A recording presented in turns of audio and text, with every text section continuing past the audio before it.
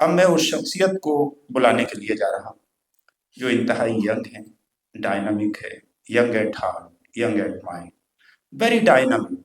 मैंने बहुत कम लोग ऐसे देखे जो एट ए टाइम मशीन की तरह काम करते हैं, इतने हार्ड वर्किंग हों कि वो अपने टेलीफोन और अपने मैसेज रिप्लाई करने से लेके बड़े से बड़ा टास्क, बड़े से बड़ा मार्का हो, उसको सर करने के लिए हौसला रखते हो, बड़ी से बड़ी टीम को वो लीड कर सकते हो।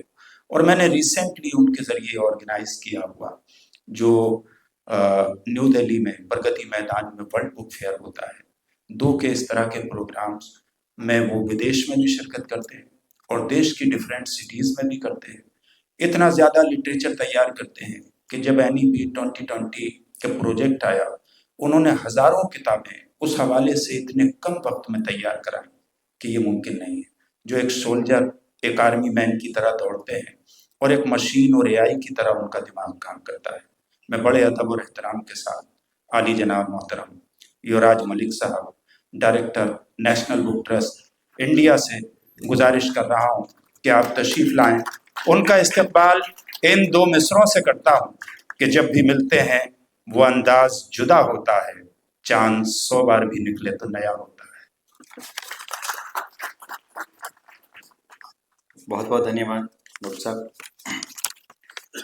मंच पर आसीन आज के इस खूबसूरत कार्यक्रम के मुख्य अतिथि परमादरणीय पद्म भूषण श्री राम बहादुर राय जी, आदरणीय श्री इंद्रेश कुमार जी, हमारे मंत्रालय में deputy secretary Suman Dikshit ji, professor Hasnain, NCPL के डायनेमिक डायरेक्टर मेरे सहयोगी मित्र डॉक्टर शम्स इकबाल, खुसरो फाउंडेशन के मुख्य संयोजक, उसकी backbone doctor Hafizur Rahman, all the delegates who are representing it here, भाई और बहनों, सबसे पहले तो मैं शम्स साहब को बहुत बहुत बधाई देता हूं कि उन्होंने बहुत खूबसूरत दिन चुना है, इंटरनेशनल मदर लैंग्वेज डे।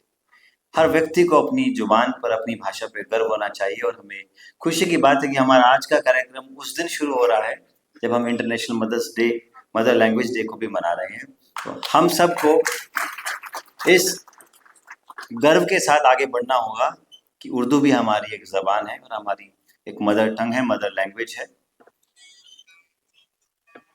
बहुत सी चीजें हैं जो आज चर्चा हो सकती है। किसी भी दुनिया का अगर आप इतिहास उठा के देखेंगे, किसी भी सभ्यता का, भारत को लोग देश कहते हैं। भारत एक देश नहीं है, भारत एक सिविलाइजेशन है, सभ्यता है। इस मूल अंतर को जब हम समझ लेंगे तो हमें हमारा मैंडेट भी समझ में आएगा, हमें हमारे एथिक्स भी समझ में आएंगे, हमें हमारा रोल भी समझ में आएगा और हमें क्या करना है, उसके स्टेप्स क्या, वो भी समझ में आएंगे। कैनवस बड़ा होगा तभी हम सबको साथ लेकर, सबके विश्वास के साथ एक ऐसी परिकल्पना जो आज का जो टॉपिक है उसको पूरा कर पाएंगे। 3 शब्द हमें बहुत जहन में रखने होंगे: स्वधर्म, स्वराज और स्वभाषा। इन तीनों में से अगर आप एक भी शब्द को अपने जीवन से हटा देंगे तो आपका गौरव, अभिमान, आपकी सेल्फ रिस्पेक्ट, आपकी आइडेंटिटी वहीं क्षीण होनी शुरू हो जाएगी। भाषा उसमें एक बहुत महत्वपूर्ण कड़ी है। ये भाषा का माध्यम है जो व्यक्ति को व्यक्ति से जोड़ती है, इंसान को इंसान से जोड़ती है। जब आपने टॉपिक चुनाव किया कि विकसित भारत का विजन और उर्दू का मिशन, तो एक बार तो मेरे जहन में आई कि ये है क्या, विकसित भारत का विजन क्या है। जरा बारीकी में सोचिए, क्या ये GDP है? हो सकता है एक पैमाना। विकसित भारत का विजन एक ऐसा राष्ट्रीय संकल्प है, एक ऐसा राष्ट्रीय प्रयास है, हमारी आकांक्षाओं का एक ऐसा स्वरूप है जिसमें हम सबको कोई ना कोई योगदान देना है ताकि भारत फिर से एक विश्व गुरु के तौर पर दुनिया में जगमगे। अभी जो विकास की बात की, क्या ये आर्थिक होगा? नहीं। It is not only the economic development that we are talking as a nation. We are talking about intellectual development, social development, cultural development, and most importantly, the linguistic development. हमें व्यक्तिगत तौर पर, सामूहिक तौर पर, सामाजिक तौर पर, सांस्कृतिक तौर पर आध्यात्मिक तौर पर और भाषागत तौर पर विकास करना होगा, तभी हम एक मजबूत राष्ट्र की परिकल्पना कर पाएंगे। मैं आपको क्यों बात ये कह रहा हूं, उसको आप इसके एक लेवल नीचे और जाएंगे तब आप समझ पाएंगे कि मैं ये बात आपसे क्यों कहना चाह रहा हूं। 2047 में जब 100 साल देश के होंगे आजादी के, तो हमारा इतिहास लिखा जाएगा, क्योंकि आज हम वर्तमान हैं और 20, 25, 30 साल बाद हम इतिहास होंगे। लेकिन जब हमारा इतिहास लिखा जाएगा, जिस प्रकार हमने अपने दादा परदादा से पूछा था कि जब देश की लड़ाई लड़ी गई तो आप कहाँ थे, आप क्या कर रहे थे, आपका देश की आजादी में क्या योगदान है, तो यही सवाल मेरी पीढ़ी मुझसे पूछने वाली है कि जब देश विकसित भारत की परिकल्पना पे खड़ा है, आज 100 साल है, आपने देश को क्या दिया, राष्ट्र निर्माण में आपकी क्या भूमिका है। मैं आपको इसलिए कह रहा हूं कि हम सब जो लोग यहाँ बैठे हैं, हम या तो भाषा से, ज्ञान से, विज्ञान से, संस्कृति से, इन सब क्षेत्रों से निकल के आते हैं और हमारी जिम्मेदारी समाज को निर्माण करने की है, क्योंकि हम न्यूरॉन्स को डील करते हैं, हम सोसाइटी की ब्रेन मैपिंग को डील करते हैं, हम सोसाइटी के इमोशंस को डील करते हैं। तो 100 साल के इतिहास पे जब लिखा जाएगा तो हमारा क्या जवाब होगा वो सब आप जानते हैं। मैं आपसे जवाब नहीं चाहता, मैं आपको उस सवाल के बारे में आगाह करना चाहता हूं जो आने वाली पीढ़ी हमसे पूछेगी। इससे बेहतर है कि हम आज जागे और उसकी काम की तैयारी आज से शुरू करें। ये विकसित भारत यही एक संकल्प है। एक छोटी सी बात और मेरे जहन में आई जो मैं सोच रहा था कि भाषा को लेकर बहुत बारीक फर्क है, इसको समझिएगा। हर भाषा की एक संस्कृति होती है और हर संस्कृति की एक भाषा होती है, दोनों को आप कभी अलग नहीं कर सकते। अगर आप अलग करने का प्रयास करेंगे तो भाषा भी टूट जाएगी और संस्कृति भी टूट जाएगी। और यही कुछ मुल्कों के साथ हुआ, जिन्होंने भाषा और संस्कृति को अलग करने का प्रयास किया, भाषा वहीं रही, मुल्क टूट गए। यही सोच आदरणीय राय साहब की किताब है अनसुनी कहानी संविधान की, उसको आप जरूर पढ़िए। जब आप उसको पढ़ेंगे तो उसमें संविधान की बहुत सी डिबेट का जिक्र है। एक डिबेट भाषाओं को लेकर भी थी, तय हुआ कि हिंदी ये होगी, इंग्लिश ये होगा, अलग अलग भाषाओं में। लेकिन भारत की भाषाई विविधता इतनी बड़ी है, हमारा मल्टीलिंग्विज्म का फैब्रिक बैंडविड्थ इतना बड़ा है, हमने तय किया कि हम शेड्यूल 8 में एक नहीं, हम 22 भाषाएं लेके बैठे हैं। आज सबके लिए जगह है, हर भाषा के लिए जगह है, लेकिन क्या भाषा की कोई जिम्मेदारी है उसमें? हाँ है, भाषा की भी जिम्मेदारी है। आज हम शान से कहते हैं कि उर्दू दिल की जुबान है, दिल से दिल के जोड़ने का तार है। उर्दू शायरों की भाषा है, उर्दू का मतलब है अदब, उर्दू का मतलब है सांस्कृतिक आदान प्रदान। तो क्या हम अपनी विरासत को एक लिटरेरी डिस्कोर्स तक ही सीमित रखेंगे, लिटरेरी जॉनर्स में ही जाएंगे? नॉन लिटरेरी जॉनर में भी उर्दू को आना होगा। यही समय की नजाकत भी है और समय की मांग भी है। आज देश में एक बहुत बड़ा, दुनिया का सबसे बड़ा शैक्षणिक रिफॉर्म आया, जिसका नाम है राष्ट्रीय शिक्षा नीति। दुनिया में इतना बड़ा शैक्षणिक रिफॉर्म कभी नहीं आया और ये 200 साल बाद आया मैकाले के। मैकाले ने हमें एक भाषा सिखाई। अगर मुझे पता होता तो पहले मैं अपनी हिंदी, मराठी, उर्दू कुछ और सीखता, इंग्लिश तो वैसे ही आ जाती, क्योंकि इंग्लिश को व्यापार से जोड़ा गया। इंग्लिश व्यापार की भाषा है, बिजनेस रूल तय करती है। बाकी मातृभाषाएं हमारे इमोशंस तय करती है, कम्युनिकेशन तय करती है। तो आप याद रखिएगा कि language is not a reflection of your capability. अगर आपको कोई भाषा नहीं आती है, इससे आपकी काबिलियत डिफाइन नहीं होती है। It only explains your power of expression. You may have, Germany के बाद जर्मन है, फ्रांस के बाद फ्रेंच है, जापानीज के बाद जापानीज है, चाइनीज के बाद चाइनीज है।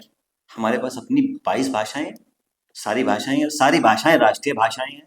जितनी आबादी हमारी एक भाषा में बोलती है उतना तो पूरा देश है।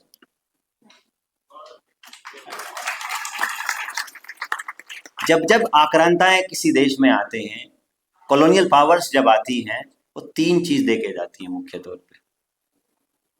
पहला, अपना भोजन, दूसरा अपना चाल चलन, वेशभूषा, खान पान, और तीसरा अपनी भाषा। हमारे यहाँ पर्शियन आई अलग अलग रूप में, फारसी अलग अलग एब्जॉर्ब होती चली गई। 800-900 साल के इतिहास को आप उर्दू का उठा के देखिए तो आपको समझ में आएगा कि उर्दू एक ऐसी भाषा है, वो पानी की तरह है, जिस तरह बहेगी कुछ अपने साथ लेके जाएगी, कुछ छोड़ती चली जाएगी। यही लिंग्विस्टिक्स है। उसी तरीके से अगर आप उसको देखेंगे, भाषाओं के अंदर एक और समस्या आई, इसको मैं आपको इसलिए जोड़ रहा हूँ क्योंकि हमें ज्ञान की इस दुनिया को भाषा के प्रयोग के तौर पे देखना है। आज राष्ट्रीय शिक्षा नीति आपको 3 लैंग्वेज फॉर्मूला देती है और उसमें लैंग्वेज डिफाइन नहीं करती है। तो freedom of choosing a language is yours. तो जो नया कंटेक्स्ट, नया करिकुलम, नया सिलेबस आने वाला, वो सब भारतीय भाषाओं में आने वाला, ताकि दूर कोने में यूपी के रहने वाला एक बच्चा, आंध्र बंगाल में रहने वाला बच्चा अपने आप को हेल्पलेस फील ना करे, वो सशक्त महसूस करे कि जिस भाषा को मैं मुझे आती है, मैं उस भाषा में भी आगे बढ़ सकता हूँ। इसका एक छोटा सा प्रयोग हमने किया। दुनिया का सबसे बड़ा लिटरेरी एक्सरसाइज, प्रधानमंत्री युवा योजना, young upcoming versatile author, YUVA, एक योजना हमने चालू की जिसमें 50,000 रुपये महीना हमने स्कॉलरशिप दी, 6 महीने का ट्रेनिंग दिया उन बच्चों को। आप यकीन करेंगे, जब इसको हमने शुरू किया तो ये 22 भाषाओं प्लस इंग्लिश, 23 भाषाओं में हमने इसको लॉन्च किया था। 23 भाषाओं में करने के बाद लगभग 16,000 मैन्यूस्क्रिप्ट हमें 2 महीने के अंदर मिली। इस दुनिया में ऐसा कोई प्रयोग कहीं नहीं हुआ। और उसकी खूबसूरती ये है, आप हैरान होंगे मेरा डेटा सुन के, आप उसकी खूबसूरती ये है कि लगभग सभी भाषाओं में हमें पार्टिसिपेशन मिला। मुझे उम्मीद थी उर्दू से भी शायद कोई बच्चा आएगा, लेकिन उर्दू ने जो मुख्य धारा की भाषाएं हैं, तमिल, तेलुगु, उनको पीछे छोड़ा और उर्दू के 4 बच्चे सेलेक्ट हुए। खुशी की बात है, उनमें से एक बच्चा हमारे सामने यहाँ है जो आज NCPL में एक प्रोफेशनल के तौर पे काम कर रहे हैं। अब मैं चाहूंगा आप खड़े होइए एक बार। हमें नहीं मालूम कि ये बच्ची कहाँ से आई है। मैं आपको एक प्रयोग का ताकत बताता हूँ, ताकत क्या है। हम उसको नहीं जानते, मैं उसका नाम भी नहीं जानता आज, लेकिन ये जो बच्चे, 4 बच्चे जिनको हमने स्कॉलरशिप दी, ट्रेन किया, ये आने वाले 50 साल इस देश के लिए लिखेंगे। ये है विकास, ये है विजन। फिर 2.0 किया, अब 3.0 फिर से आने वाला। जो उर्दू भाषी लोग हैं उसमें हिस्सा लें और इस मुहिम का अपने आप को एक योगदान देने के लिए आगे आए। तीसरी बात, आगे रोड मैप क्या है? अगर हम विकसित भारत के इस यात्रा में हिस्सा बनने जा रहे हैं तो हमारा रोड मैप क्या है? 2 काम करने हैं। उर्दू को we have to connect it with power of translation, power of transfer and power of transformation. जब तक उर्दू ट्रांसलेशन फॉर्मेट में नहीं जाएगी, उर्दू का अच्छा साहित्य बाकी भाषाओं में नहीं जाएगा, ऐसे ही उर्दू पिछड़ती रहेगी। उसी प्रकार से बाकी भाषाओं में जो अच्छा साहित्य है उसको भी उर्दू में लाना है। भाषाएं क्यों मरती हैं? जब उसमें लिखने वाले बंद कर देते हैं, पढ़ने वाले बंद कर देते हैं, बोलने वाले बंद कर देते हैं, तो भाषा अपने आप धीरे धीरे धीरे धीरे वो विलुप्त होने लगती है। 100-200 साल में वो खत्म हो जाती है। यूनेस्को का डेटा उठाइए, हर रोज एक भाषा दुनिया से गायब हो रही है। हम कितने साल तक इस ताकत को जिंदा रख पाएंगे, ये हमको सोचना होगा। इसलिए पावर ऑफ ट्रांसलेशन, उर्दू भाषा में अच्छे ट्रांसलेटर्स की आवश्यकता है, ताकि जो अच्छा राष्ट्रीय साहित्य है वो बाकी भाषाओं में जाए। उसकी एक पहल के लिए मैं खुसरो फाउंडेशन, जिसको डॉक्टर रहमान साहब चला रहे हैं, उसको बहुत बहुत बधाई देता हूँ कि उन्होंने बहुत अच्छा साहित्य जो उर्दू का था लेकिन भारतीय भाषाओं में हमारे पास नहीं था, मैंने भी नहीं पढ़ा था, मैंने भी इनके ट्रांसलेशन वर्क को पढ़ा। तो इस प्रकार के जो प्रयास हैं वो बड़े स्तर पे होने चाहिए और वो सब जिम्मेदारी आपकी है। वो जो 100 साल बाद सवाल आपसे पूछा जाएगा उसका जवाब यही है कि आज आप अच्छा साहित्य तैयार करें, क्योंकि जो आपके हाथ में जो गैजेट है इसकी शेल्फ लाइफ है 2 सेकंड 3 सेकंड। जो फोटो, जो ट्वीट, जो लाइक, जो इंस्टाग्राम फीड आप दे रहे हैं वो 3-4 सेकंड बाद आपको भी याद नहीं रहेगा। लेकिन जो साहित्य आप तैयार करेंगे, जो ग्रंथ आप तैयार करेंगे, उसकी शेल्फ लाइफ 1000-2000 साल कम से कम होगी। हम नालंदा के बारे में नहीं जानते, हमने नालंदा के बारे में चीन के रास्ते जाना, ह्वेनसांग को पढ़ के जाना, जो बाहर से लोग आए उनके माध्यम, क्योंकि हमने डॉक्यूमेंट नहीं किया है। आपको इस हिस्ट्री को, इस ज्योग्राफी को, इस कल्चर को डॉक्यूमेंट करना होगा, इसको एनरिच करना होगा। अगर आप एनरिच नहीं करेंगे, भाषा का साहित्य क्या होता है? बीज होता है, उसको फूलने फलने के लिए पानी, खाद सब कुछ चाहिए होता है। और उसकी खूबसूरती है कि वो जितना जमीन में नीचे जाएगा वो इमारत उतनी बड़ी बनाएगा, और उर्दू में वो ताकत है। मैं ज्यादा समय नहीं लूंगा, सिर्फ 2 ही बात कहूंगा। नेशनल बुक ट्रस्ट एक नॉलेज एजेंसी है बुक्स की पब्लिशिंग की। लगभग 500 के आसपास हमारे पास आज भी टाइटल्स हैं, उनको हम एक्सपेंड कर रहे हैं। नेशनल एजुकेशन पॉलिसी में हम पहले संस्थान थे जिसने बाइलिंगुअल बुक्स बच्चों के लिए तैयार की, जिसमें उर्दू में भी साहब ने सबसे पहले उसको लॉन्च किया। We were the first agency to launch books on NEP in 30 days. 30 दिन के अंदर हमने, और उसमें उर्दू भी एक भाषा थी। आपको 2 स्टेप आगे चलना होगा। जो विशेष बात मैं आपसे कहना चाहता हूँ, अभी कुछ दिन पहले हमने और एनसीपीएल ने एक सहयोग किया और श्रीनगर में पहली बार एक पुस्तक मेले का आयोजन किया, चिनार पुस्तक महोत्सव। उसमें से शायद काफी लोगों को उसके बारे में पता होगा। आप इतिहास उठा के देखिए, पिछले 300 साल में इतना बड़ा एकेडमिक डिस्कोर्स जम्मू कश्मीर के इतिहास में देखने को नहीं मिलता। एक नहीं, 300 साल की बात कर रहा हूं। वो कैसे संभव हुआ? वो आप सबके कंधों पे संभव हुआ। वो लेखक, वो प्रकाशक जो वहाँ हमारे साथ गए, जिन्होंने हिस्सा लिया, 250 से ज्यादा वहाँ स्टॉल्स लगी। और चिनार बुक फेस्टिवल की सक्सेस ये थी कि हमने एक माइंडसेट को तोड़ा। प्रॉब्लम माइंड में नहीं है, प्रॉब्लम माइंडसेट में है। हमने ये तय कर दिया है माइंडसेट से, एक नैरेटिव के तहत, कि भाषा रिलीजन की होती है। नहीं, भाषा रीजन की होती है। इस माइंडसेट को तोड़ने का काम चिनार फेस्टिवल ने किया कि वो रीजन है। हम नीचे जाएंगे, औरंगाबाद जाएंगे, हम कर्नाटक जाएंगे, हम केरल जाएंगे, हम वेस्ट बंगाल जाएंगे, वहाँ रीजन है। तो क्या बाकी लोग उर्दू नहीं बोलते? रीजन उर्दू बोलता है, रिलीजन नहीं। इस बात को हमें ध्यान में लेना है, आने वाली पीढ़ी को बताना है। ज्यादा समय नहीं लूंगा, मैंने अपनी बात ज्यादा ले ली। एक नया विषय है एआई का। आपको उर्दू नहीं आती, मुझे भी नहीं आती, मैं क्षमा चाहूंगा, मैं अपनी बात नहीं रख पाया। लेकिन एआई आपको ताकत देती है कि आप स्कैन करिए तो जो उर्दू में लिखा है आप उसको पढ़ सकते हैं। तो हमें हर भाषा पे गर्व होना चाहिए। अगर कहीं पे किसी भाषा में साइन है, जहाँ जहाँ उर्दू ऑफिशियल लैंग्वेज, जैसे जम्मू कश्मीर में है, 6 बाकी स्टेट्स और भी हैं जहाँ वो को ऑफिशियल के तौर पे, एडिशनल लैंग्वेज के तौर पे अडॉप्ट की गई है। तो जहाँ जहाँ अच्छी लगी है, और कुछ नहीं कर सकते तो अपने बच्चे को अगर हम एक शब्द रोज सिखाएं, द पावर ऑफ वन, एक शब्द उर्दू का, साल में 365 शब्द आप सिखा पाएंगे। आप सब लोग इस भाषा के मैसेंजर्स हैं। मैसेज दीवार पे लिखा हुआ है साफ साफ, विकसित भारत का विजन, वहाँ मैसेज हैं, आप मैसेंजर हैं। आप कोई वो स्टोरी है, आप स्टोरी टेलर हैं। आपको लोगों तक इस स्टोरी को लेके जाना है कि समय आ गया है, हमको आगे बढ़ना है।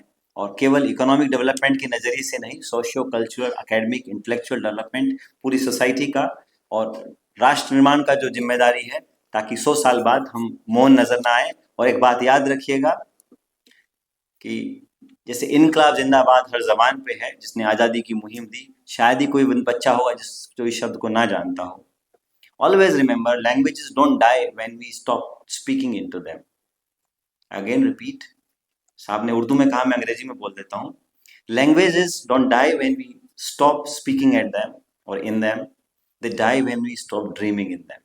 So let's dream big, think big, act big, and thinking small is a crime. समय की मांग यही है कि बड़ा सोचें और बड़ा करें, क्योंकि छोटा सोचना अपराध है। और हम भारत के वासी, जो अनेक भाषाओं के बाद एक देश है, सांस्कृतिक विविधताएं हमारे यहाँ है, भाषाएं अनेक हैं, भाव एक है। याद रखिएगा, भाषाएं अनेक हैं, भाव एक है। जय हिंद, जय भारत।